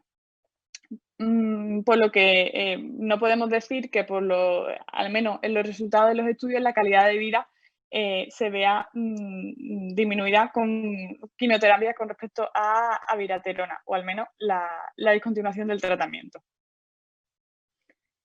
Y ya por último, en cuanto a los estudios más recientes que tienen resultados publicados son ENZAMED en 2019, que enfrenta la terapia de privación de andrógeno en monoterapia frente a terapia de privación de andrógeno más enzalutamida. Es decir, que enzalutamida aún no está aprobada en España, pero los resultados pues son positivos. A favor de nuevo de enzalutamida más terapia de privación de andrógeno. Sí decir que el ENZAMED es un estudio muy inclusivo, a diferencia de los previos que hemos estado comentando, ya que incluye pacientes tratados con docetaxel, sin docetaxel, de metastásicos de novo, pacientes recurrentes, de alto, de bajo volumen, y de hecho es el estudio que más docetaxel le dio a los pacientes. Posteriormente tenemos el estudio TITAN, que valora apalutamida, otro fármaco, frente a placebo más terapia de privación de andrógeno. Y de nuevo demuestra supervivencia, aumento de supervivencia global en las ramas de apalutamida. También es un estudio muy inclusivo, al igual que ENZAMED. Si decir de efectos secundarios de apalutamida, pues a tener en cuenta que se diferencia el RAS y el hipotiroidismo, que se me ha olvidado comentarlo previamente. Y bueno, después de todo esto, este breve repaso por los estudios que tenemos a continuación, ya hemos visto que según los estudios no tenemos diferencia entre usar en nuestros pacientes en primera línea docetaxel versus abiraterona, porque es la que ahora mismo tenemos financiada, pero posteriormente pues la discusión puede ser abiraterona, enzalutamida, apalutamida o las que vienen. Entonces, ¿cuáles son los factores que tenemos que tener en cuenta para elegir el tratamiento? Pues todos, es decir, no solo si los pacientes son de alto volumen o son de alto riesgo, sino que tenemos que tener en cuenta todo. El Gleason, como criterio de alto riesgo, luego el PSA, ya que la respuesta del PSA al tratamiento es predictivo en cuanto a supervivencia global, el volumen de la enfermedad, por supuesto si es alto volumen, y la presentación. La presentación, si los pacientes debutan como metastásicos o son pacientes recurrentes después tras una enfermedad localizada. Y sí decir que el riesgo, para así a modo de resumen, es volumen más Gleason. Y resumiendo, ¿cuál es el peor paciente que vamos a tener? Pues aquel paciente que debuta con enfermedad metastásica más que tenga un alto volumen de enfermedad. pero acuñar que es muy importante o marca mucho el pronóstico cómo se presenta la enfermedad. Así que podríamos decir, después de ver todos los subgrupos de los estudios, que debut metastásico más bajo volumen es igual a enfermedad recurrente y alto volumen. De ahí que no solo tengamos que tener en cuenta, como lo podríamos tener en Charter, el volumen. Y por tanto, ¿en qué basaremos nuestra elección? Pues considerando que los datos disponibles no permiten concluir acerca de la mejor secuencia de tratamiento en la elección para la combinación de abiraterona más terapia de deprivación de andrógeno versus docetaxel más terapia de deprivación de andrógeno, se deberán considerar las características propias de cada paciente, el perfil de seguridad, la tolerabilidad propia de cada alternativa de tratamiento, así como los diferentes regímenes posológicos. ¿Y qué podemos concluir? Pues los ensayos clínicos actuales realizados en cáncer de próstata sensible a castración se han incluido pacientes de alto riesgo, incluso con metástasis viscerales, y han demostrado que tanto las terapias de deprivación de andrógenos son tan eficaces como docetaxel. Que docetaxel puede inducir respuesta en pacientes tratados con terapia dirigida frente al receptor andrógeno y que estas mismas rescatan pacientes que previamente habían sido tratados con docetaxel. Por tanto, la resistencia no es totalmente cruzada. Lo que sí que desconocemos es cómo identificar el paciente naive resistente de entrada a uno u otro tipo de tratamiento, y vemos que las características clínicas son insuficientes para una adecuada estratificación, por lo que necesitamos biomarcadores predictivos de respuesta que aún pues, están por llegar y creo que aún nos falta algo de tiempo. Y con todo esto, pues muchas gracias. Muchas gracias, Ana, por tu presentación. La verdad que ha estado estupendo, nos ha hecho un resumen estupendo de la patología. Y seguimos sin tener preguntas. Parece que la gente está hoy muy por escuchar y poco por preguntar. Vuelvo a decirle a todos los asistentes, pues eso, que pueden hacer preguntas durante todas las presentaciones para que podamos discutir un poquito. Como parece que no nos han llegado, pues la verdad es que las cosas que se me iban ocurriendo ya no las ha ido contestando, pero un poco ante un paciente de 80 años que debute como metastásico, ¿no?, con enfermedad visceral, ¿cuál sería tu opción? Bueno, creo que se me ha visto mi intención en la presentación, ¿no? Bueno, por supuesto, esos 80 años, primero valorar cómo está sus enfermedades previas y lo que le podemos ofrecer a nuestro paciente, ¿no? No solo por su edad en el carnet de identidad, sino su edad biológica. Pero tenemos que tener en cuenta que al final docetaxel son 6 ciclos y abiraterona va a ser hasta progresión, o sea, podemos estar 3 años. Y si nuestro paciente ahora no le ofrecemos quimioterapia teniendo un buen TS, pues a lo mejor probablemente en 3 años seguro que tampoco, ¿no? Y un paciente con enfermedad visceral, o sea, que probablemente no tenga alta carga de enfermedad, tenemos que empezar desde el principio a dar todo lo que tenemos. Entonces, por supuesto, yo empezaría con Charter y, bueno, pues a la progresión tendremos abiraterona y esa sería un poco la secuencia que yo elegiría. Totalmente de acuerdo. O sea, yo creo que bienvenidos, por supuesto, a todos los fármacos nuevos, a todos los estudios, pero que como oncólogos no debemos de olvidar el valor de la quimioterapia, ¿no? Y el docetaxel pues lo ha demostrado muy, muy claramente, y un paciente cuando es subsidiario de docetaxel pues seguramente sea al inicio de su patología, ¿no? En un inicio de enfermedad metastásica visceral. Y otra preguntita, me preguntas algo más. ¿Piensas que, digamos, la opción de un tratamiento de triplete, o sea, que incluya docetaxel, la deprivación y un antiandrógeno, abiraterona, los nuevos, tiene algún papel en un paciente, pues a lo mejor con mucha alta carga, o piensas que esto no tiene ese papel? Bueno, un poco cuando revisando los estudios, preparando la presentación, sí que en los dos últimos, en Enzamed y en Titan, que he comentado que son estudios bastante inclusivos, ahí sí que hay ramas de pacientes que tenían terapia en el Enzamed, por ejemplo, terapia de privación de andrógeno, enzalutamida y docetaxel. En este caso, en el Enzamed, el docetaxel iba de forma concurrente a la terapia de privación de andrógenos más la enzalutamida. Y, sin embargo, por estudio de subgrupos no demostró aumento de supervivencia global, pero probablemente por toxicidad. Luego, en el estudio Titan también había una rama que el docetaxel, en este caso, se administraba de forma secuencial, es decir, tras abiraterona, y tampoco demostraba aumento de supervivencia global.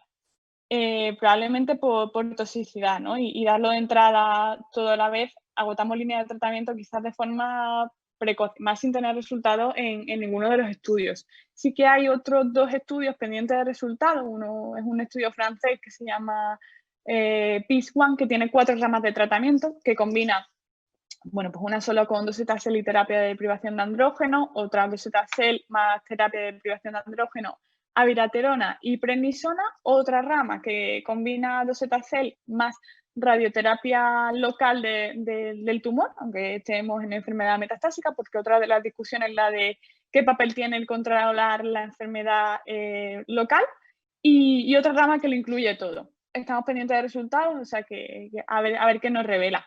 Y hay otro estudio también, bueno, muy parecido, solo tiene 2 brazos, que se llama ARANSES, que valora la darolutamida, igual, con un triplete.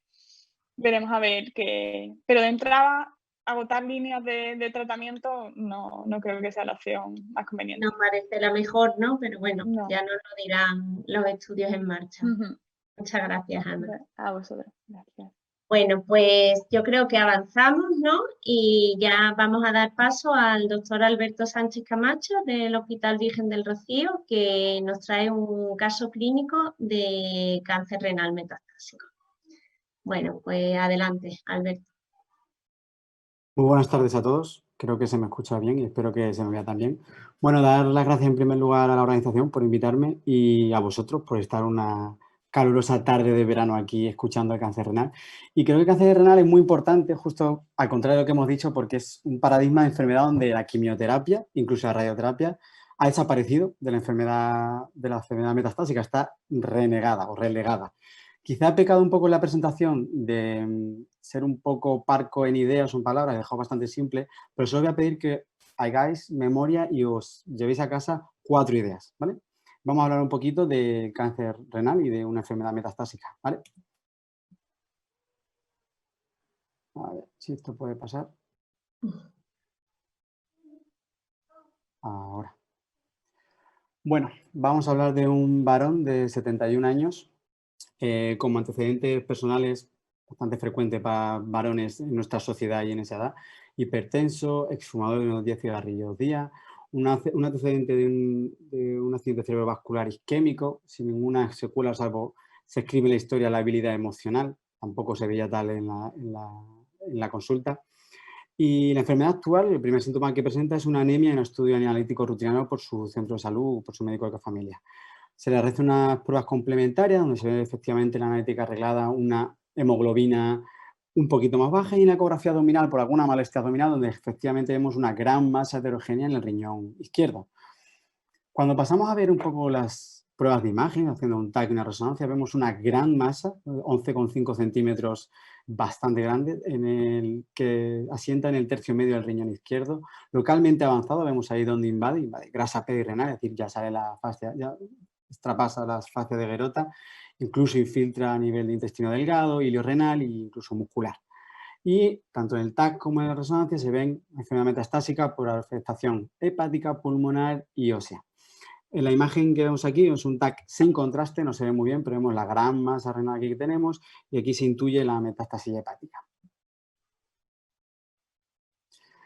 Bien, estamos por allá del 2016, eso no quiero que lo olvides durante toda la evolución del caso. Procedemos a una biopsia del riñón donde finalmente tenemos la histología más frecuente de cáncer renal. Sabemos que hay diferentes histologías. La más frecuente es el carcinoma renal de células claras. Tenemos otros, los cromófobos y algunos otros más, pero el 90% del cáncer renal va a ser carcinoma renal de células claras.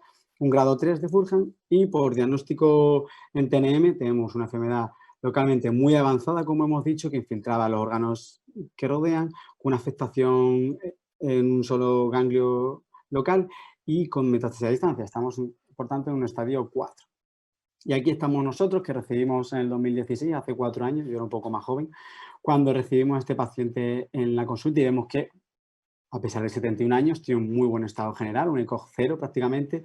La analítica, el TAC, lo que sabemos, una ecocardia en la que no hay ninguna disfunción ventricular, bioquímica normal y tenemos una hemoglobina. Y esta va a ser una de las primeras ideas que quiero que llevéis a casa.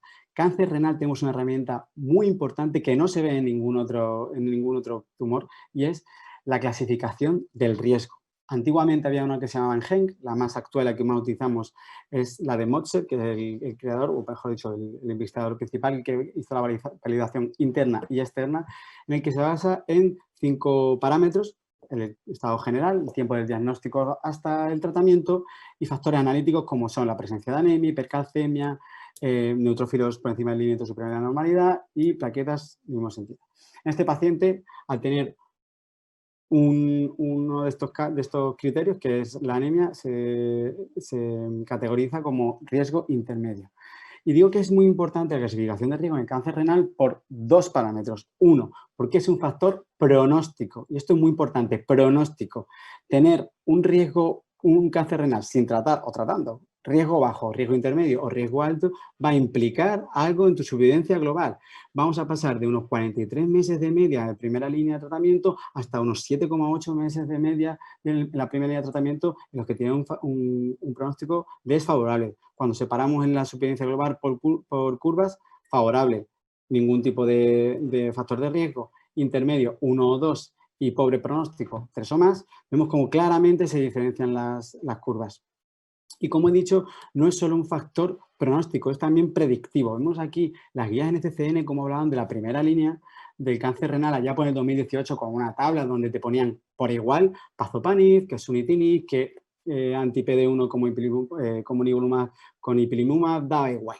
Algunos tenían categoría 1, otros tenían categoría 2 y pasamos a lo que actualmente estamos pasando, desgranando la enfermedad metastásica en riesgo favorable y riesgo intermedio, donde predomina normalmente el riesgo favorable empezamos a utilizar sobre todo inhibidores de tirosinquinasa y en el pobre intermedio de riesgo empieza a estar más en boga la inmunoterapia, pero esto lo explicaremos un poquito más adelante.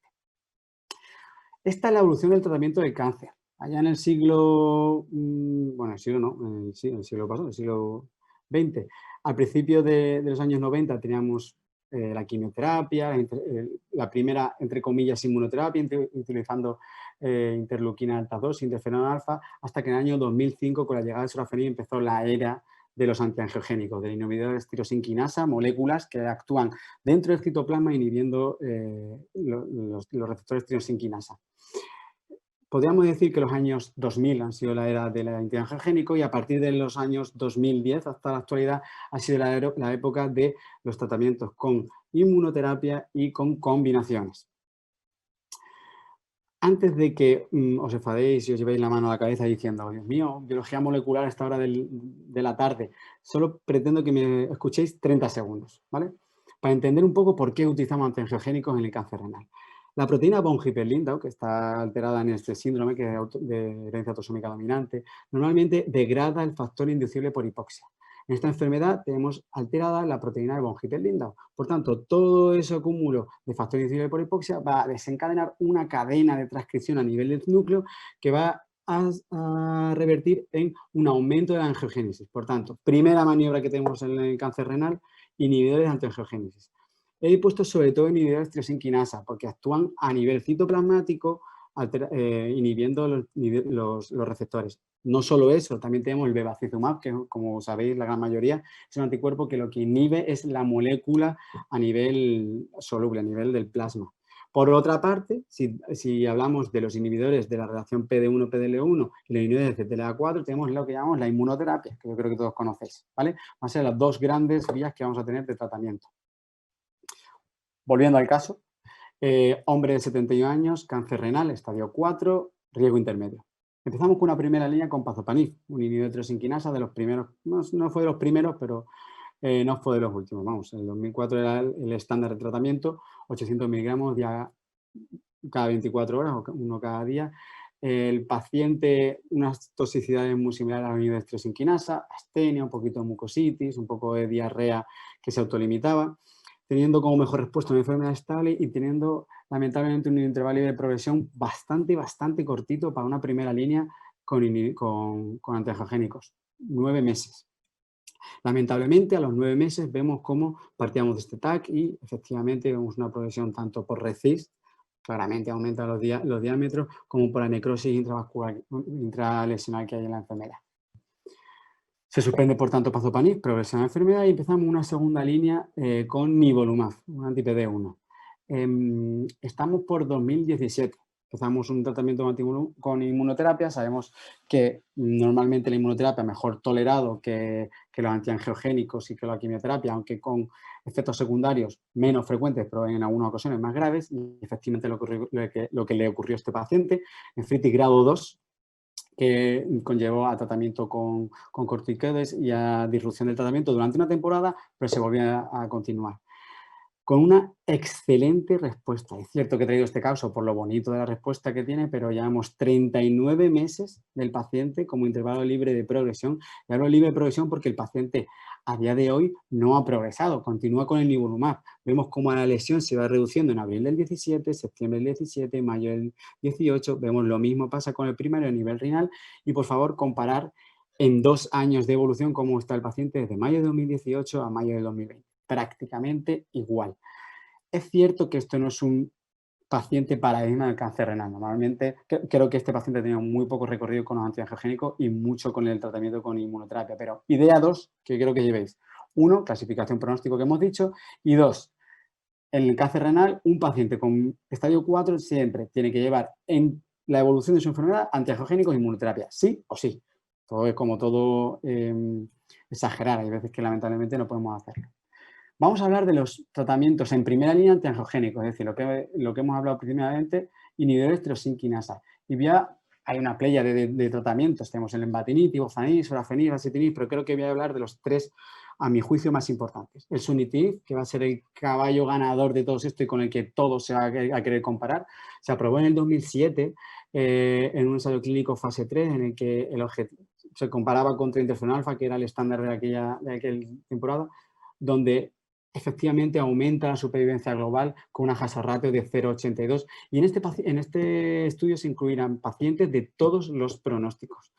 Años más tarde, en el 2013, 5 años más tarde, pazopanib vino para intentar rebatar esa primera posición al sunitinib y en este caso el pazopanib tenía una idea de ensayo clínico diferente. No iba a intentar superar al sunitinib, lo que iba a intentar es ser no inferior, que lo consiguió, vemos las curvas exactamente iguales, pero a menor toxicidad. Si vemos aquí una gráfica de toxicidad siendo 0, como nos encontramos, y cuánto disminuye tu performance status, por así decirlo, cuando empezamos el tratamiento, esta caída del estado general es mayor en sunitinib que en pazopanib. Pero en este ensayo clínico, pazopanib los pacientes se incluyeron exclusivamente con buen e intermedio pronóstico. Años más tarde, en el 2016, vino cabozantinib. El comparador volvió a ser con el sunitinib. Esta vez los pacientes que se incluyeron eran pacientes con intermedio y mal pronóstico. Y efectivamente, comparado con sunitinib en esta población que lleva, como veis, una supervivencia un poquito menor. Pasábamos supervivencia con sunitinib en torno a 26 meses, aquí en torno a 5 meses, perdón. Pero aún así, cabozantinib era mejor en cuanto a supervivencia. Como he dicho, tenemos otros cuantos, lenvatinib, tivozanib, pero creo que no da tiempo a hablar de todos ellos. ¿Y qué tenemos en inmunoterapia en primera línea? Bueno, lo más principal, y luego a lo mejor lo hablamos en las discusiones, si alguien tiene una pregunta, que por cierto quiero que ya estéis preguntando sobre efectos secundarios, que no voy a hablar nada y creo que es un tema importante, es el nivolumab y ipilimumab, anti-PD1, anti-CTLA4, ¿vale? Un ensayo clínico fase 3 versus sunitinib, lo que hemos dicho, el caballo ganador, en el que su primer objetivo primario, o sea, objetivo primario, valga redundancia, perdón, es la supervivencia global en intermedio y pobre pronóstico. Hizo la misma jugada que cabozantinib. Y efectivamente, en su objetivo primario lo consigue siendo mejor que sunitinib en supervivencia global, intermedio y pobre pronóstico. Pero es que el objetivo secundario es supervivencia global en todas las poblaciones y también lo consigue. Y en la gráfica de abajo es una gráfica muy interesante que es un objetivo explorador, un objetivo explorador. Es decir, no, para que salga el ensayo positivo no tiene por qué ser aprobado, pero puede ser como generador de hipótesis, ¿no? Y es muy importante o muy curioso esto. Vemos la supervivencia global en esta escala, que son las barritas, a 30 meses, dependiendo de si tiene buen pronóstico, es decir, ningún factor dentro del IMC Risk Factor, lo que hemos visto, buen pronóstico, intermedio pronóstico, 1 y 2 factores, o mal pronóstico. Y vemos que estas curvas se cruzan, es decir, nivolumab e ipilimumab, los pacientes viven menos que con sunitinib en buen pronóstico, cosa que no pasa en intermedio ni en pobre pronóstico. Por lo tanto, idea 3, que creo que llevéis, en general, no se puede nunca generalizar, pero en general, buen pronóstico, vamos a intentar TKI, antiangiogénicos, e intermedio, mal pronóstico, iremos hacia inmunoterapia o inmunoterapia con TKI, porque esta es la segunda parte que tenemos de inmunoterapia. Si teníamos el doblete de nivo y ipilimumab, la segunda parte que tenemos es el sumatorio. Vamos a poner antiangiogénicos, vamos a poner inmunoterapia. ¿Y qué tenemos? 2 combinaciones aprobadas tanto por la FDA como por la EMA. Yo creo que no tenemos disponibilidad en casi ningún hospital, por lo menos no creo que está de esta comunidad. El primero y el que es el más avanzado, pero porque tiene más recorrido, es el pembrolizumab y el axitinib. Se compara otra vez con sunitinib, en el que vemos unas tasas de respuesta del 60%, con unas PFS en la población global de 15% y una supervivencia a los 12 meses del 90%. Muy parecido tenemos el avelumab y el axitinib, un estudio también muy parecido, fase 3, también se compara con sunitinib. En este caso aún no se ha conseguido la supervivencia global, ni siquiera en intention to treat población, pero porque son datos inmaduros, tienen menos recorrido. ¿Qué dicen las guías después de todo lo que hemos dicho de la primera línea de cáncer renal? Bueno, aquí quiero romper una lanza a favor de las guías nacionales de SEOM 2020, actualizadas este año, muy completas y muy chulas. Si alguien se tiene que leer el cáncer renal, no vaya a NCCN ni a ESMO, vaya a SEOM, os lo recomiendo. Cogemos a toda la población. Me da igual el intermedio, el riesgo que tenga. Primera línea, pembrolizumab y axitinib. Tenemos mayores tasas de respuesta, se tolera un poquito peor que la inmunoterapia, pero se puede tolerar bien. Que no, que cogemos exclusivamente a los pacientes de intermedio y pobre riesgo. Pues como primera opción nos ponemos con la inmunoterapia, el doblete de nivo-ipi, y como alternativa cabozantinib. Y la NCCN vuelve a dividirlos por factores de riesgo. Favorable tiende a utilizar inhibidores de tirosinquinasa, la combinación de axipembro o pazo o sunitinib, y en pobre intermedio pronóstico solemos intentar utilizar sobre todo inmunoterapia. Nivo-ipi con categoría 1 o la combinación de axi y pembro. Y si no, igual que hace SEOM, cabozantinib. 30 segundos para hablar, bueno, 30 no, mucho menos, para hablar de la segunda línea. En este paciente se utilizó nivolumab. Nivolumab se comparó contra everolimus, otro angiogénico, pero que es un inhibidor de mTOR, que funciona por otra vía, en el que efectivamente aumentaba la supervivencia global independientemente del PDL1, que son las gráficas de un PDL1 mayor y menor del 1%, da igual el PDL1, y cabozantinib también se aprobó en la segunda línea con su ensayo clínico Meteor. Por tanto, como he dicho, por favor, 4 ideas de cáncer renal. 1, clasificación de riesgo. No está, ojalá, imagínate una clasificación de riesgo en pulmón en el que tú dijeras, buen pronóstico, quimioinmuno, mal pronóstico, no sé qué. Aquí existe y es muy útil. Segunda idea, vamos a utilizar antiangiogénicos e inmunoterapia. Tercera idea, normalmente, no se puede generalizar, pero en buen pronóstico intentaremos ir hacia angiogénicos, en intermedio y mal pronóstico intentaremos utilizar inmunoterapia o como antiangiogénico utilizaremos cabozantinib. Y como el futuro próximo, la combinación pembroaxi, abeloaxi y perdón porque me he pasado un poquito. Y nada más, muchas gracias por vuestra atención. Muchas gracias, Alberto. Creo que he ido muy rápido, ¿no? Perdonad porque he ido... No, ha ido genial. A marcha Primero forzada. que no tienes que pedir perdón porque ha estado maravilloso, has hecho un repaso estupendo del cáncer renal. Y nada, parece que nadie se ha animado a hacer preguntas. Entonces creo que te la tengo que preguntar yo. Adelante. Quería que te preguntara por las toxicidades que te parecían muy interesantes. Bueno, Pues la mira, primera pregunta... Venga, lánzate con la toxicidad. No, Cuéntanos. porque una cosa muy interesante que me pareció es que cuando vemos la cantidad de inhibidores de tirosinquinasa, vemos que la primera línea es o pazopanib, o sorafenib, o sunitinib, o lo que sea, pero la combinación se hace con axitinib. Fue lo primero que dije, pero ¿esto por qué? Y es porque axitinib no consiguió ni supervivencia global ni PFS en contra del resto de inhibidores de tirosinquinasa en primera línea, pero es el TKI con mejor perfil de toxicidad. Por eso ha sido el que se ha decidido unir a la inmunoterapia, que obviamente tiene una combinación, siempre tiene más toxicidad. Se ha decidido hacerlo con axitinib. Hay otros que están haciendo con pembro, que se está uniendo con alguna otra molécula, pero el que va más adelantado es axitinib. Por eso me parecía interesante comentarlo. Muy bien.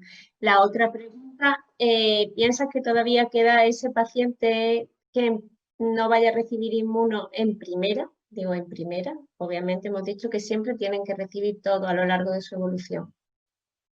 Sí, vamos, yo creo que lo ideal sería recibir todo, pero este paciente que yo he puesto ha durado 9 meses con TKI, es que ni siquiera el mal pronóstico, nadie dura 9 meses, o incluso durar un poquito más. Este es claramente poco sensible al angiogénico. Hay pacientes mayores que tengan una supervivencia, una PFS con una primera línea de antiangiogénicos de 20 meses.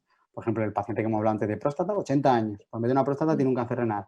Pues a lo mejor va bien con 20 años, durante 20 meses con pazopanib, y cuando progrese no estará para la inmunoterapia ni para muchas otras más cosas. O sea que yo creo que serán, pero serán los menos. Serán los menos. Exacto, todos tenemos muchísimos pacientes, ¿no?, que durante estos años han ido muy bien con TKI, ¿no? Entonces da el salto ese de decir, ay, ya esto lo abandono de primera línea, ¿no? Claro. Cuesta un poco. Y luego respecto al, porque hemos dicho que todavía no lo tenemos disponible, pero esperemos que pronto lo tengamos, respecto a en primera línea la elección de nivo-ipi o axitinib en combinación con pembro. ¿Qué opinas? ¿Qué perfil cogerías en cada caso?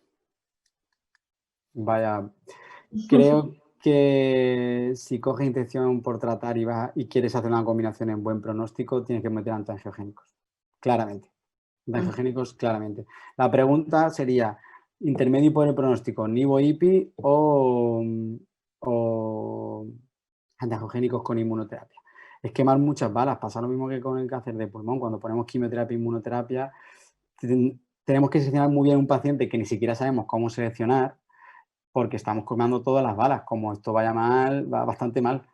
Entonces yo sería partidario del nivo-ipi, sobre todo porque tenemos datos a muchísimo tiempo. El nivo-ipi se aprobó en el 2015, pembroaxi estamos hablando del año pasado. O sea, tenemos datos a 5 años y sabemos que funciona y se están aumentando las curvas. Lo bueno luego que tenemos en cáncer renal es que podemos utilizar TKI detrás de TKI, incluso nivo-ipi detrás de un TKI, o sea, podemos jugar, pero para mi gusto, por todo lo que he leído, yo he visto pocos pacientes, para mi gusto, viendo con nivo-ipi. También ahí entra el problema de la agencia reguladora, de por qué no lo hemos tenido accesible en España, en fin. Muchas gracias. Nada. Pues nada, yo creo que ya damos paso al doctor Manolo Ruiz para que nos cierre ya la sesión. Muchas gracias a todos los asistentes, muchas gracias a los ponentes y creo que hemos hecho un repaso estupendo. Y buenas gracias Ruth, gracias a todos los que habéis permanecido conectados. Como os he comentado, bueno, no era precisamente una fecha como muy buena. La verdad que he disfrutado mucho esta tarde con todo lo que se ha dicho. Os quiero agradecer a los moderadores, a las moderadoras y a los ponentes, y bueno, y a las más de 40 o 45 personas que han estado conectados con nosotros durante la tarde. Se cierra así la primera parte del curso de residentes, que como sabéis tendrá continuidad el año que viene con la segunda parte del programa de la especialidad. Bueno, no sabemos si será en Granada o tendremos que mantenernos en este formato. Allí estaremos y lo intentaremos hacer lo mejor posible, si no esta parte de la junta directiva la que nos seguirá. Está claro que tenemos nuevos tiempos y estos nuevos tiempos son los que nos toca vivir y en los que tenemos que trabajar. Quiero agradecer a Tactic todas las facilidades que nos ha dado, el haber ideado realmente este sistema de comunicación entre nosotros, que realmente he considerado este curso de residentes especialmente importante porque realmente nos ha marcado el camino que seguiremos trabajando cuando pase el verano, tanto en la parte de controversias que nos toca hacer en la provincia de Sevilla, como una de las reuniones provinciales que teníamos diseñadas en la Sociedad Andaluza de Oncología Médica, y por supuesto con nuestro congreso, que espero que sea un éxito rotundo. Daros las gracias, buenas tardes a todos y espero que pronto nos podamos ver en persona, y si no podemos vernos, pues que continuemos nuestra relación por esta vía. Gracias de verdad a todos los que habéis estado conectados, gracias a Tactic, gracias a los ponentes, a las moderadoras y gracias a nuestro comité científico. Muchas gracias. Gracias, buenas tardes.